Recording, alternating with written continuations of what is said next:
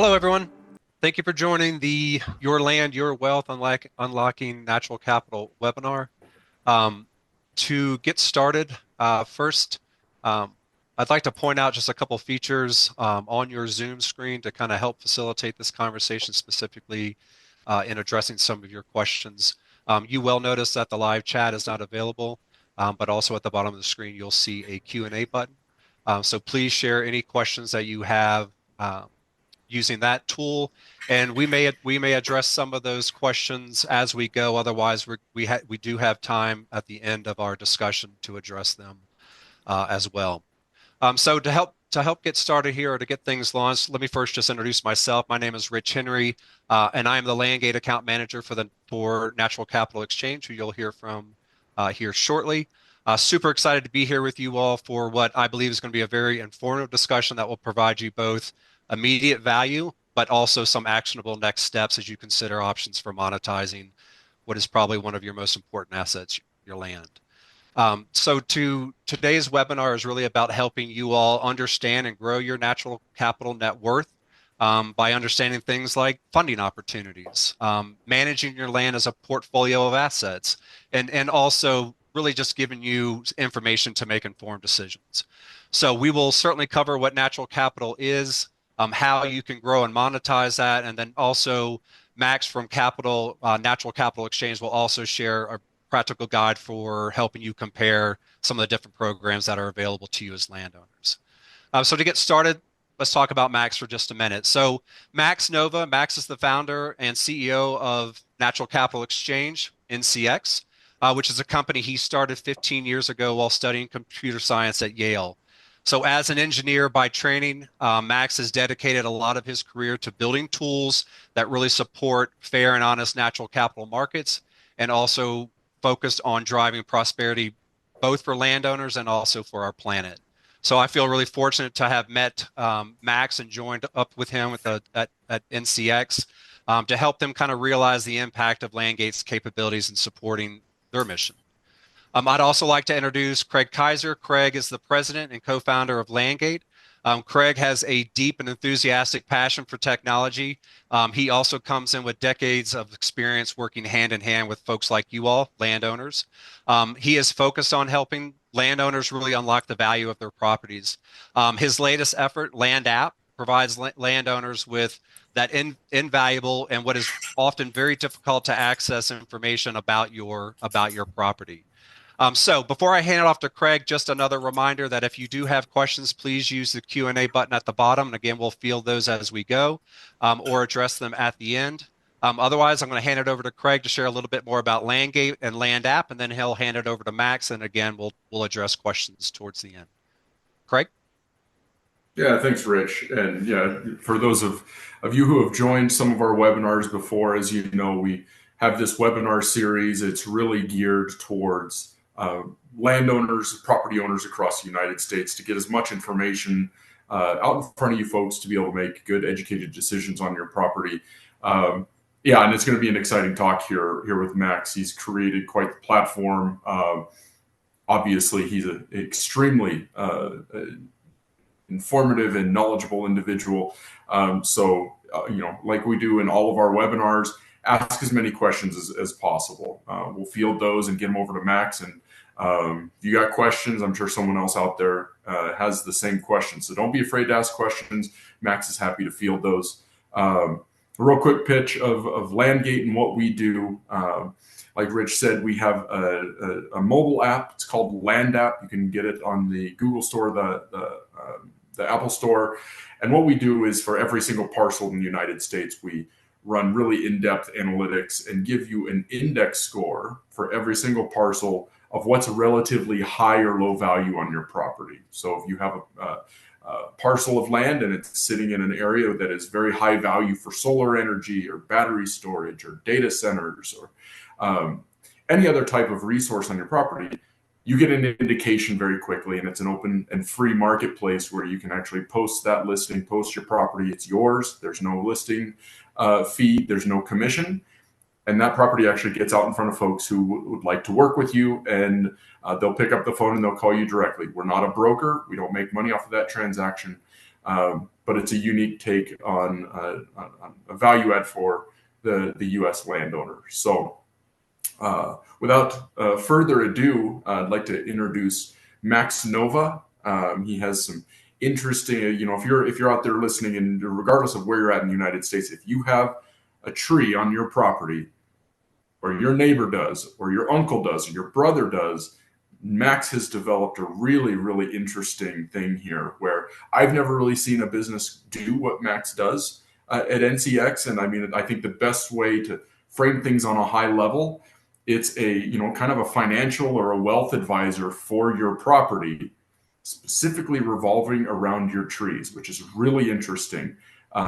So I'll kick it over to you, Max. Welcome and thanks for hopping on, and looking forward to the information you're going to pass on to all the landowners out there. Well, great. Well, thank you, Craig, and thank you, Rich, for the kind introductions. And yeah, let's get into it. Like Craig was saying, big tree people here over at NCX, and so that's a lot of what we'll focus on in this presentation today, is how to think about your forest, not just as the timber that's out there, but actually as a full portfolio of natural capital. Like Rich was saying, this is year 15 for us here at NCX. I'm actually a Kentucky boy originally. I grew up in Louisville, and then I started this business when I was an undergrad. Actually, I studied computer science, but what the real story here is that I was saved from being pre-med by my co-founder, Zach, who was at the School of Forestry. And so we built this company around some technology that Zach had initially created to use satellites to be able to measure forests very accurately and at very large scale from space using satellites. And over the last 15 years, my favorite part actually of building this business has been working with landowners all over the United States, from big institutional timberland companies all the way down to landowners with 10 acres of trees, on the back end of their farm. So that's been an incredible education for me personally, just seeing how the forest economy works all across the country. And really our focus at NCX recently has been working with landowners that have between 10 to 2,000 acres. And as the landscape of the United States gets fragmented more and more, you don't have these huge properties that you once had. The properties keep on getting split down into smaller and smaller acreages. It makes a lot of the components of the traditional forest industry very difficult to work. I mean, a lot of landowners on this webinar probably have trouble getting a logger or a forester to even pick up the phone and come out and do a thinning on their property. There's a lot of things that become very difficult at smaller scale. And one of the things that we're trying to help fix at NCX is make some of these economics start to work again for small landowners, and especially for landowners that can't engage with a professional forester because they just don't have enough land to make the economics pencil out. So we work with landowners all over the country, and we're at a really interesting moment in time where traditional markets, things like timber or row crops, it's like the world of timber is the world that I know really well. Timber markets in a lot of places in the United States are not in a great spot right now. It's very difficult for landowners to, you can't hardly pay somebody to come out and thin out some of your forests in some counties across the country right now. But there's an emerging set of what we think of as natural capital markets for things beyond just traditional extractive commodities like timber. And we'll talk a lot in this presentation about what is natural capital, how can you start to value that on your land, how can you get paid for that, and how do you navigate some of those trade-offs. And that's really what our business at NCX is about these days, is we're a personal advisor to help you protect, grow, and monetize your natural capital portfolio. At this point, in April 2025, we've got over 40,000 landowners on the NCX platform, representing tens of millions of acres.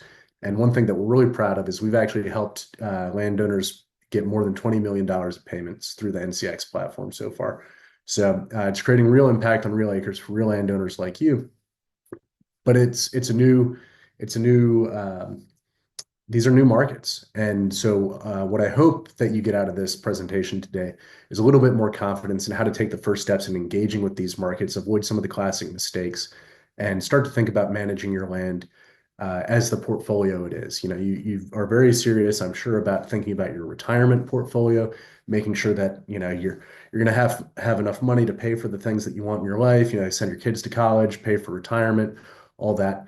Um, and what we help landowners do is apply that same rigor in thinking that they apply to their financial portfolios to their natural capital portfolios. Because for many landowners in this country, your land is actually your most valuable financial asset. And so just like you have a financial advisor to help you with your financial retirement portfolio, NCX is trying to be a very accessible advisor for the millions and millions of American family forest owners that have between 10 and 2,000 acres, and for whom this is a precious, irreplaceable asset, and making sure that that endures for generations.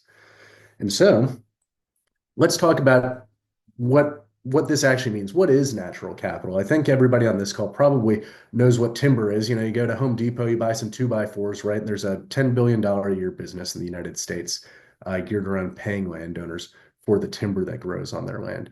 But over the last 10 to 20 years, there's been increasing development of sort of these new markets for things that we haven't traditionally paid for, whether that's soil health, or wildlife habitat, or forest carbon is a big one these days. Even to things out in California like wildfire risk reduction, or solar energy. I know the LandGate guys work a lot with renewable energy developers and stuff, and that's been a big wave over the last couple of years, and potentially very lucrative opportunity for landowners.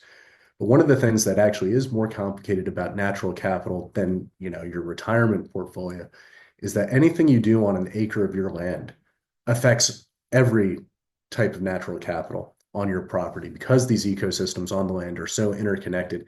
Any management decision that you make, you can't just make a decision about soil health. That also affects the wildlife habitat. That also affects the carbon. That also affects what the risk is for weather, extreme weather events, and fires and pests and pathogens and all these other natural disturbances.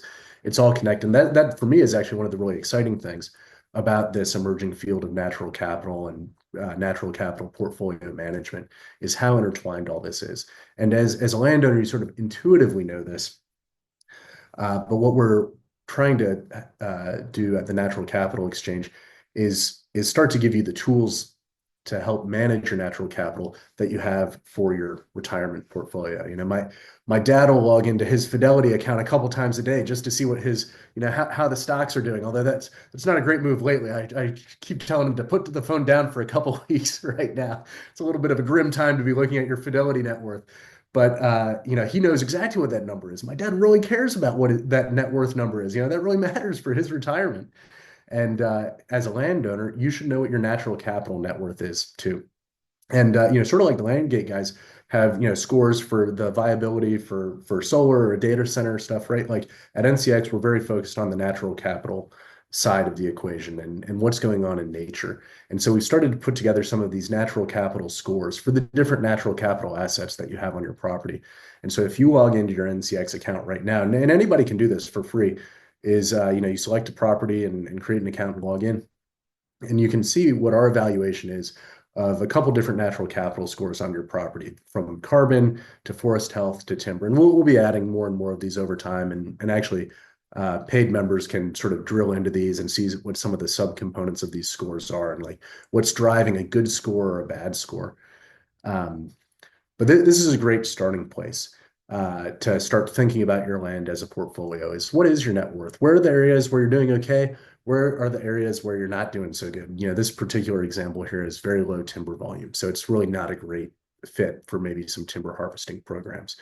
But then we also actually try to show you what's the potential of this land. You can see here in this slide, there's these little bars up here that represent actually like this is the maximum that this property could achieve. Because if you're in the desert in Arizona, there's just a limit to how much biomass you can grow, on that particular acre.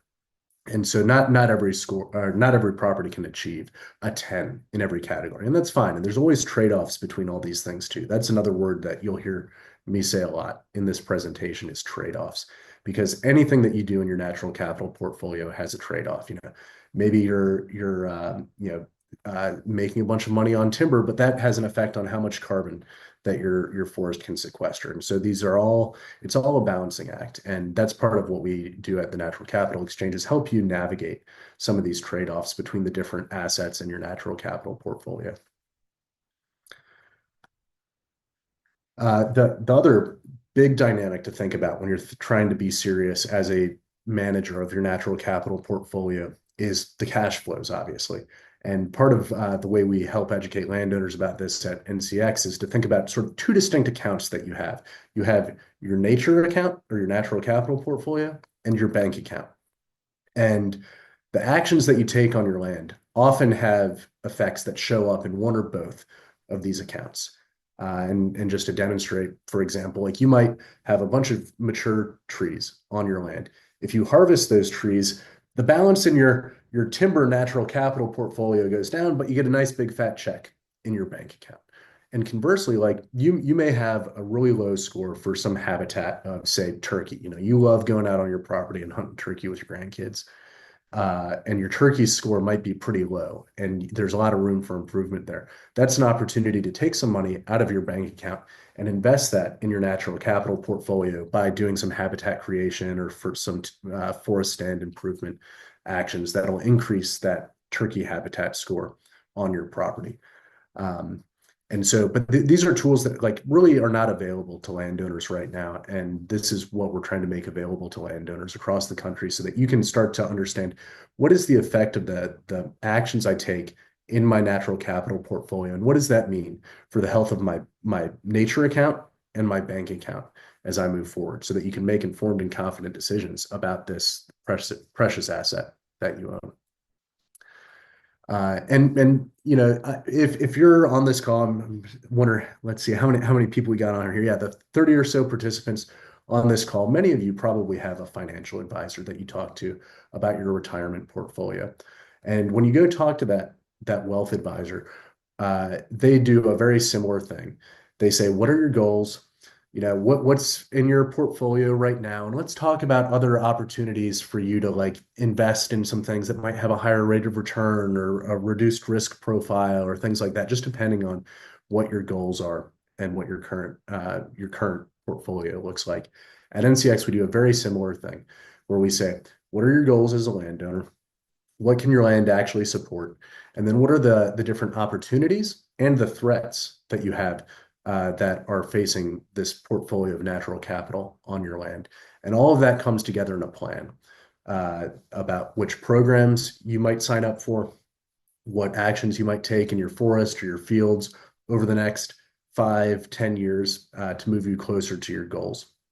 Uh, and this is what I love about the work we do at NCX, because it's an opportunity to give unbiased expert guidance to millions of landowners across the country in a way that is just, it's so hard to do this if you're an individual landowner because there are so many options. There's so many trade-offs to consider here. It can be a huge help just to have a real human to help work through these issues. And that's what we make possible at NCX. And one of our primary, our number one value at NCX is trust. And landowners are number one at NCX. And maintaining trust with landowners is what drives every single decision that we make at our business. We are 100% team landowner. We don't accept any commissions from project developers or anything. We don't get paid to recommend one product or another. We don't, have our own financial products or anything. We solely exist to provide expert, unbiased advice to landowners across the country. And that's really important for us. And we believe that, having that unbiased expert perspective is a lot of what drives our success at landowners and is why landowners trust us. And ultimately, that's the foundation that our entire business is built on. And so if you're interested in working with us at NCX and talking to getting a personal advisor to help you navigate all of these aspects of managing your forest or your natural capital portfolio, you can sign up for membership at ncx.com. We've tried to keep this extremely accessible to landowners all across the country. Starts at $9 a month. And yeah, this is what we do as a company is we use technology to sort of go through all these options, help landowners make good decisions, and provide that to as many landowners as possible across the country. And so, like I was saying, when rubber meets the road, you're like, okay, so this is all great, but like let's talk about how we actually make good decisions about our land. And it's a function of these three things that we talked about before: your goals, your land, and your threats and opportunities. And so the goals, this is part of what's fun, is every landowner has different goals. Um, and it's actually very rare for me to meet a landowner that has a purely financial motivation, right? Almost in every case, if I'm talking with a landowner and I say, okay, well, the financially optimal thing you could do is, I don't know, cut down all the trees and replace it with a solar farm. There are some landowners that'll take that deal, but most landowners say something along the lines of like, well, I live here. I kind of like taking my grandkids out in the woods. I kind of like, hunting, or, I don't want to have other people on the uh, property. I want to have this thing be private just for me and my family. Or, I'm trying to find ways to get my kids out in nature and in the woods, right? And so it's often not just a purely financial outcome that landowners are looking for. And that's part of what we help landowners navigate is, often the economics are important to the extent that you can sustain the land, that you can pay the property taxes, that you can invest in the sort of improvements to forest health and improving the property that are going to make it an enduring asset in your family, but it's often not strictly a financial conversation. And this is where things like those natural capital scores can really help you think about some of the trade-offs here in terms of like what benefit could I get in some of these other non-financial things that I care about that are showing up in my natural capital portfolio, whether that's the health of the forest or the quality of the wildlife habitat or things like that. The next step in making good decisions is to understand what you have on the land. So we talked a little bit about these natural capital scores before. This is an example of digging into a little bit more of the details behind the forest carbon score in particular, both of what your score is today, what your maximum potential might look like, and some actions that you could take to move closer to that goal. One thing that your MCX advisor will also help you do is identify programs, specific programs that may help fund some, all, or even more than 100% of the cost of taking some of those actions to improve some of these natural capital scores on your land. And then we'll talk about the threats and opportunities. I often start with threats because it is tough to get rich on natural capital. I just want to say that up front. It's like there's not that many landowners making millions and millions of dollars on their acreage here. There are the occasional solar millionaires, and I'm sure the LandGate guys can help you if that's the thing that you're interested in. Solar and data center millionaires that's not a bad way to go, right? But in the world of natural capital, there's not that many ways to make millions of dollars, especially when you have not huge acreages. But there are a lot of ways that you can get zeroed out. And so that's always the place that we start at NCX when we're talking with landowners is what are the threats to your natural capital portfolio and things that could really just completely deplete your entire portfolio balance in a very short period of time. Last year in the South was a very bad year for the southern pine beetle. And so that's this map you see on the right here. This is our satellite-based assessment of the resilience of different parts of this property to southern pine beetle. And what's unique about your natural capital portfolio is that a lot of the risks that face your land are not just a function of your land, but also of your neighbor's land and what's happening on their property. And so it's very nice to be able to sort of zoom out a little bit and see what's going on in adjacent properties so that you can understand what your exposure to some of these threats is. Another benefit that you can get as an NCX member is automated change detection. So every month we pull satellite imagery for your property and adjacent properties, and we highlight areas where there have been changes. You can see on the cursor on the screen here is pointing out an area of some loss within this property. But you can also see some loss that's happening on adjacent properties, which is particularly great in scenarios where, say, your neighbor is doing a timber harvest, and you want to make sure that the loggers aren't accidentally going over the property line there. That's a great use case for things like the change detection to keep an eye on threats that can seriously deplete your natural capital account. Craig, looks like you came off mute there for a second. Is there any question coming in from the audience? Yeah, I want to just jump in there because you mentioned something that's interesting, right? You look at this and someone has 10, 15, 20, 30 acres. You're exactly right. You're not likely going to become a millionaire off of that by utilizing the natural potential there. However, it is revenue. It's revenue that can exist, and that's a huge differentiator between properties that have cash flow and have revenue versus properties that do not. And a lot of these programs, and Max, you can correct me if I'm wrong here, a lot of these programs help pay a significant portion of the property tax when you Oh, get yeah. enrolled in them. So it's absolutely worth looking into. But a question did come in right before you mentioned data centers. Someone asked, uh, what is the commodity that looks to be the most popular and hot in 2025? And I'll let you answer as well, Max. But what we're seeing on the LandApp, again, LandApp, you go to landapp.com um, and type in your address and get all types of information. But it's data centers, and what data centers are, it's a mobile computer server that this conversation, that if you're watching this on your phone or a laptop, it's going through a data center, right? Every time you do a chat GPT or a Google search, it's going through a data center. So these localized areas look like enormous warehouses that need to be connected to the grid for electrons and fibers, things like that. It is a very exciting time for data centers. And like Max said earlier, there's some very big numbers along with that. It's a different model. Those aren't typically something you're leasing or long-term revenues. Is usually just an acquisition. So, Max, would you like to add anything to that?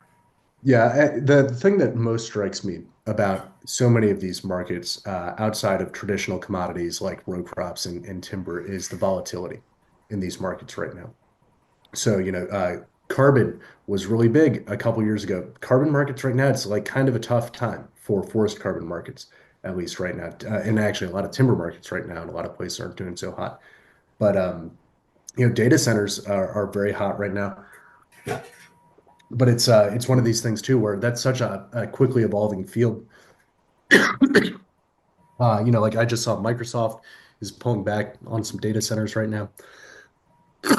So, it's tough for landowners to keep a pulse on all this stuff. Yeah, it's great because it's a complementary thing, right? With what you're doing on the NCX side, you cover in a very in-depth way the carbon credit component. And this is a question that we've done several carbon credit webinars in the past. Some were focused on grassland, some are trees, things like that. And I think it'd be worth addressing right now, Max. Is let's say that's my parcel. Okay, I'm a property owner. I might be sitting in this webinar now. How do I actually get paid for that? Right? I have timber there. This sounds like it's good. I don't really have plans on cutting all of it down. I don't really want to log it, but I'd like to make revenue. You've identified a couple scenarios here where, okay, I could do some forest fire mitigation or some tree thinning or some things like that, and I could actually start earning revenue. How does that logistically look for me as the property owner? Do I sign a contract with NCX, or are you introducing me to a different carbon credit group? And how do I when do I actually get that check in the mail? Could you cover that a little bit? Yeah, sure. That's a great segue into just the field of opportunities in general. And we'll talk about carbon stuff in particular, because this is a area where NCX has a lot of expertise because we actually used to be a forest carbon project developer ourselves.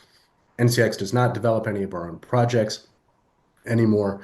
We don't, we're never sitting across from you in any kind of across the table from you in any kind of negotiation for natural capital. We're landowner advocates first and foremost.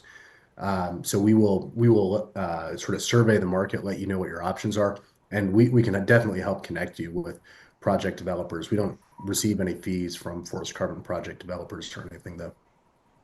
We're just helping landowners navigate all of these opportunities because there are a lot of options out there now for landowners. 5 years ago, there were no forest carbon options for small landowners in particular. These days, actually, many landowners have several options.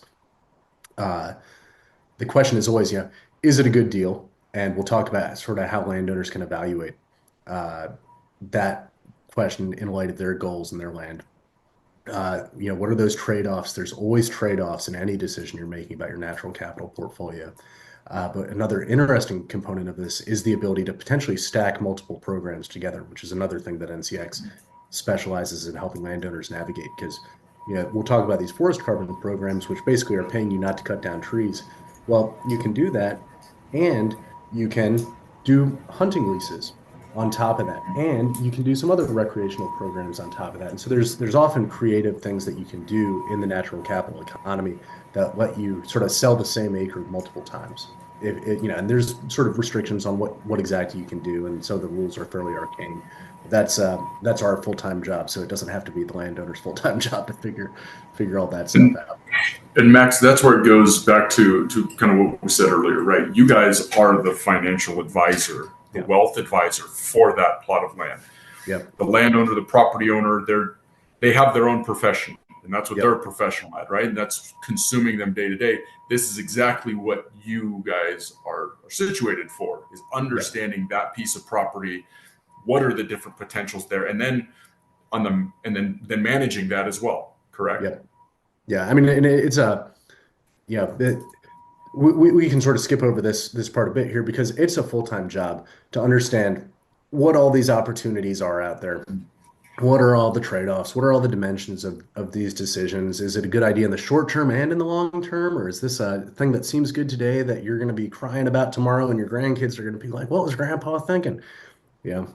And so that's a lot of what our job is to help you be able to make some of these pretty complicated decisions with confidence because it doesn't need to be your full-time job. It's our full-time job, and we try to make this pretty accessible to landowners. But so let's dive into carbon programs a bit because this is a good way of exploring one of these emerging markets for natural capital that is starting to get more volume, right? It's still not huge. Like I would be surprised if landowners got more than $1 billion in payments in 2024 from forest carbon markets in the U.S. A reminder: timber markets are $10 billion a year in the U.S. Of primary income to landowners. But carbon markets are a good example of a type of natural capital market, and so we'll explore this because many of the dynamics that occur in these carbon markets have similar. You'll see similar things in other types of natural capital markets that are popping up. So, there's not one kind of forest carbon project. There's a couple different kinds, from ones that pay you not to cut down trees to ones that pay you to plant new trees, or ones that pay you to not turn this forest into a subdivision, or, and then there's soil carbon projects, which we're not going to talk so much about here. A lot of the work that we do at NCX is just trying to help landowners figure out what programs you're even eligible for, which is often a function of, your geography, the land cover that you have, how much acreage you have, if there's any other encumbrances on that land.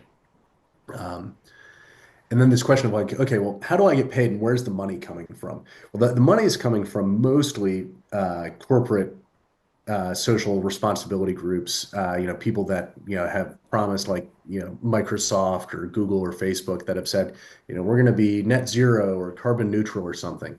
This is part of how they fulfill that promise that they've made as companies, is paying landowners to store carbon on their properties. And there's a couple different ways that money can make it back to you. The two primary ones are either as a per acre lease or as a revenue share of sales of carbon credits generated from your property. And so these are two very different ways of getting paid with very different risk and reward profiles. And you'll hear me say risk and reward a lot. Just like your financial advisor will help you think through the risk reward of different investment strategies, you can apply a lot of the same thinking to your natural capital portfolio as well. If you are getting paid in carbon credits or a revenue share on the sale of carbon credits, it's very important to understand how does your land actually generate carbon credits? And what are you getting paid for? And are you getting paid for the credits that come out or the practices that happen? So practices: plant trees or don't harvest trees. Whereas the credits are actually like a measurement of how much carbon is in these trees, how much carbon would have been in these trees before. And so that's often a more rigorous procedure to actually get the credits at the end of a carbon project. And we won't go too deep into the details of exactly all the arcana of carbon credits, but you should know as a landowner, you are not actually getting paid for the total amount of carbon in your trees. Like if you cut down those trees and weighed them all, and is 1,000 tons of carbon, you don't have 1,000 carbon credits out there because your carbon credit is the difference between how much carbon is in the trees and how much carbon would have been in the trees if you maybe didn't participate in this carbon project. So to sort of calibrate your intuition for this a little bit, there's been a lot of bad press about carbon markets for reasons very related to this. There's like one of the biggest projects in the country is in deep interior Alaska, where there's no roads, and they had to helicopter people out there. And there's a lot of carbon in those trees. There's a lot of carbon in those trees. But was anybody going to cut those trees down? Well, they had to have a sniper in the helicopter to take out the bears. So it was like, it was just very unlikely that those trees actually were going to get commercially harvested at that point. And this is what this baseline is trying to fix in the carbon markets, is trying to not pay landowners to promise not to cut down trees that they were never going to cut down in the first place. So anyway, all that to say, the carbon credit that you get is a function of both how much carbon is in the tree and how much carbon your business as usual you probably would have harvested, and over some period of time. And so that's what this graph is showing here is the carbon credit is the difference between how many tons of carbon you have in your trees, what your baseline is, over however long that carbon contract is. And this is a place where it's very important to think about this as a real financial asset, because it's very sloppy in a lot of these programs right now. And a lot of landowners are getting taken advantage of because they do not understand the true risk profile of this carbon credit asset class, because a lot of things can go wrong over that period of time. And you really need to know who's holding the bag on the different types of risk in these projects. Is it you? Is it the project developer? Is it the end buyer? Is it the certification body? And if you don't know the answer to who's holding the bag on the risk, it might be you. In fact, it almost certainly is you, right? Like that's at the poker table. If you can't spot the dummy at the poker table, like you might be the dummy at the poker table, right? So don't let that happen to you. And this is a lot of what we help coach landowners through. When you think about the offers that come in, is this a good offer? Like, well, the reward number might look really good, but do you understand what the risk profile of this is? And just to give you a sense for some of the flavors of risk that you can expect in the carbon type of natural capital is, well, there's risk to your just the stock of carbon in your woods. If the forest burns down, well, the amount of carbon goes way down, and suddenly you don't have as many carbon credits as you thought you had anymore. That's a pretty easy risk to understand. And you should know what happens to my payments in this scenario. And then the baseline, this is a sort of new and exotic risk that's out there for landowners, is like, well, who determines what your business as usual is on this property? One of the innovations in carbon markets over the last couple of years has been the idea that, oh, hey, instead of setting a static baseline that stays the same for the whole 100-year term of this contract, we should update it every 5 years, because like your business as usual, like, are you going to cut these trees down? Probably changes when prices change, when supply changes, when demand changes. This is a market thing. But Hey, Max. Yeah, go ahead. Max, real quick, along these lines, we had a question come in right when you started Yeah. this slide. The word additionality. Mm-hmm. Right? There's some folks that are obviously familiar with that in the call. What do you mean here? You've laid out here the baseline, the project scenario. Yep. Where does additionality fall into this equation here? Yeah. So additionality is one of the central problems of forest carbon markets right now. And it has everything to do with the baseline and actually very little to do with the total stocking in the forest, right? Because you can get a bunch of foresters together and they know how to go out and do a statistical sample of that forest to determine how much biomass is there. That's like a measurable, quantifiable thing there's not a lot of scientific uncertainty there. All of the bad behavior in these markets and the additionality question comes into the baseline. So the additionality is the question of like, well, were you gonna cut these trees down or not? Or am I just paying you to promise not to cut down trees you're never going to cut in the first place, right? So that's a question of what is your business as usual? And if you get if the certification body or the project developer gets this wrong, actually for the landowner, it feels a lot like free money. They're like, oh yeah, I was never going to cut down those trees, but these guys thought I totally was going to, and so they paid me a bunch of money, and now I got a bunch of money, and nothing changes for me. And so for a lot of landowners, this feels like free money. And that's, when it feels like free money, that usually means there's an additionality problem. It means that whoever's buying these carbon credits at the end of the day is probably not having the environmental impact that they are expecting to have. And this is a notoriously difficult thing to do correctly. We struggled a lot at NCX trying to do this. There's still no scientific consensus about what is a good baseline because it's like, how do you know what's in the mind of every landowner, right? It's like an almost impossible thing to know. And actually, the controversies over additionality are a big reason why the volume of transactions in forest carbon markets has gone down over the last 2 years as the buyers have become increasingly concerned about like, am I really creating an impact? This is not an issue in timber markets, right?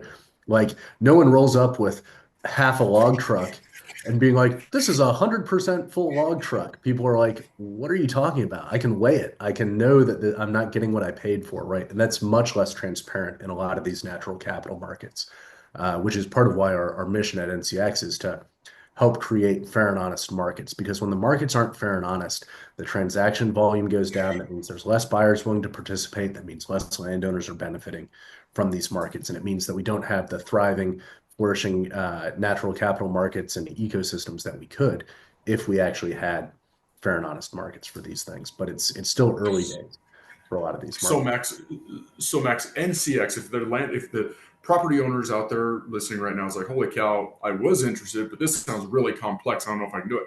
That's what NCX is there for, That's right? yep, yep, Identifying exactly what need, under knowing that language, right, of what the yep, baseline is, what the additionality is, what program you yep. should likely be in. We had a question come in while you were answering that one. So let's say he was asking about, this gentleman was asking about prescribed burns, and let's say I'm that landowner and I have every 4, 5, 6 years, depending on where I'm at in the United States, I Yep. have burns for whatever type of ecosystem I'm in, whether it's grasslands, whatever it is. If the property owner has maintenance practices involved, can they still participate in some of these carbon credit programs? And do they get rewarded for that? Because again, they're maintaining their property above a baseline that they wouldn't naturally be happening on the property.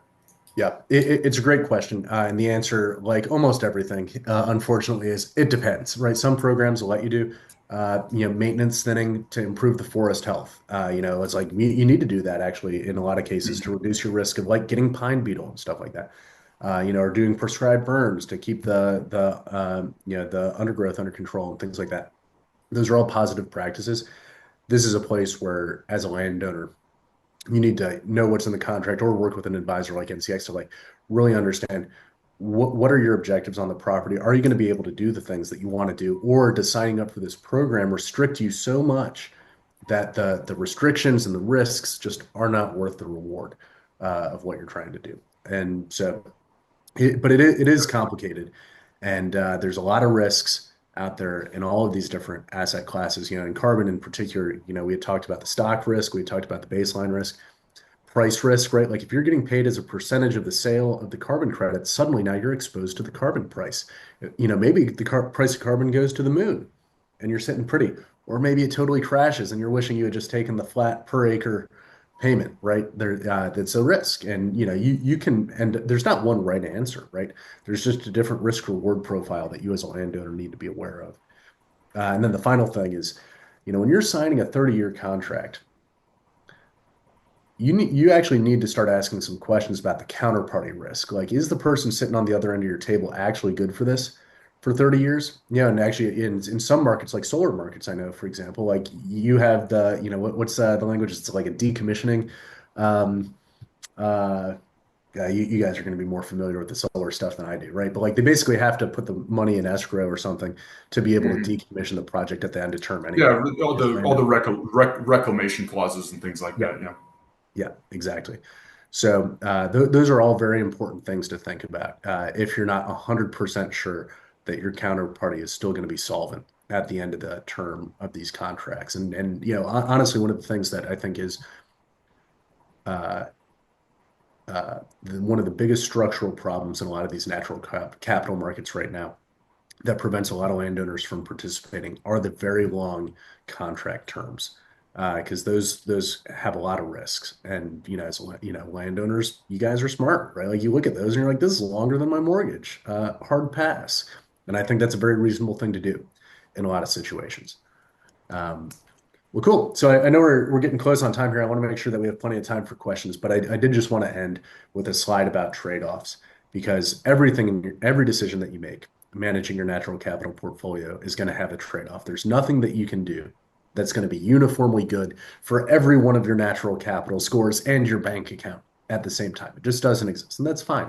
But navigating those trade-offs is what separates sort of a seat of your pants natural capital portfolio manager from somebody that's managing this with a level of attention and respect and confidence that it really deserves as one of the premier assets, probably in your overall life portfolio. But carbon versus timber is one that we talk about with landowners a lot. And this is a bit of a tricky calculation because it involves things like net present value, thinking about timber over time, carbon, opportunity costs, all these things. But I just want to flag this because like if you're not sitting down and if you can't answer for yourself, like, oh yeah, this is the price of carbon at which I would flip from being pro timber to pro carbon, you probably actually aren't set up to make a really strong decision. And this is something that we can help with. But it's like these are the types of questions that I think landowners trying to be smart managers of their natural capital portfolios need to be thinking about. But yeah, and with that, I'm happy to sort of have a more open discussion here and talk through any questions people have. Yeah, that was really good, Max. There's a couple of questions here, and we've heard these in other webinars revolving around carbon credits as well. One thing that I think makes some property owners a little bit nervous is, like you said, some of these programs can be kind of longer term. What happens if a property owner wants to get out of a carbon credit contract or a program that they're in? And that's question one. And then question two: how do these programs work if someone was to sell their property in the future, or if they were to buy a property with one of these on? It's kind of a two pronged question there, but I think they're kind of linked together.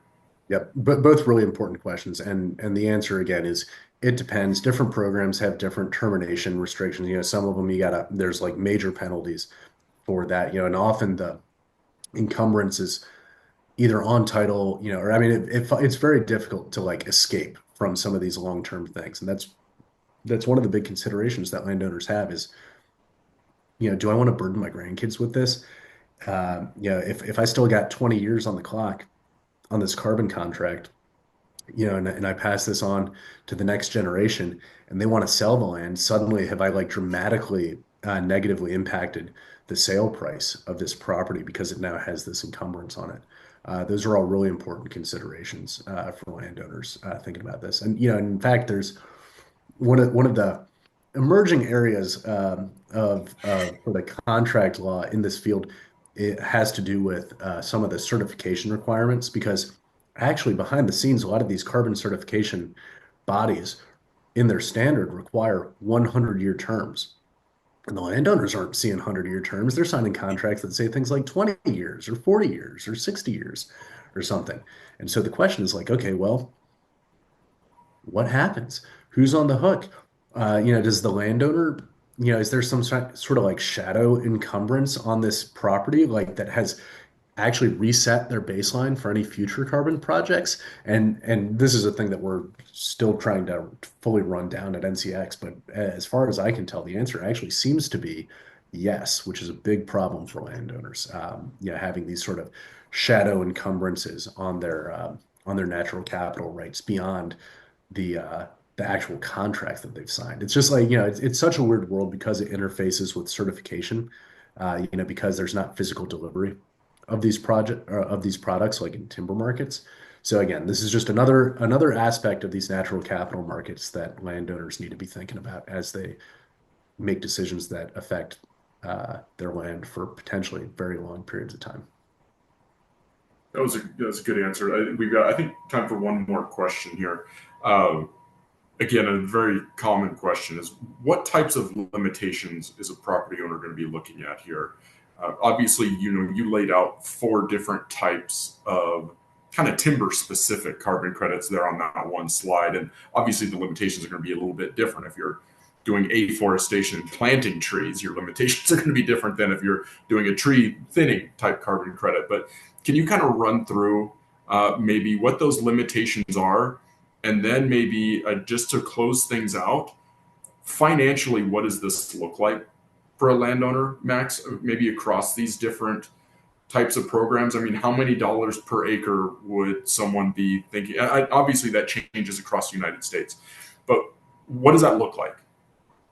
Yeah, I'll maybe start with the back part of this question first. Is like Sure.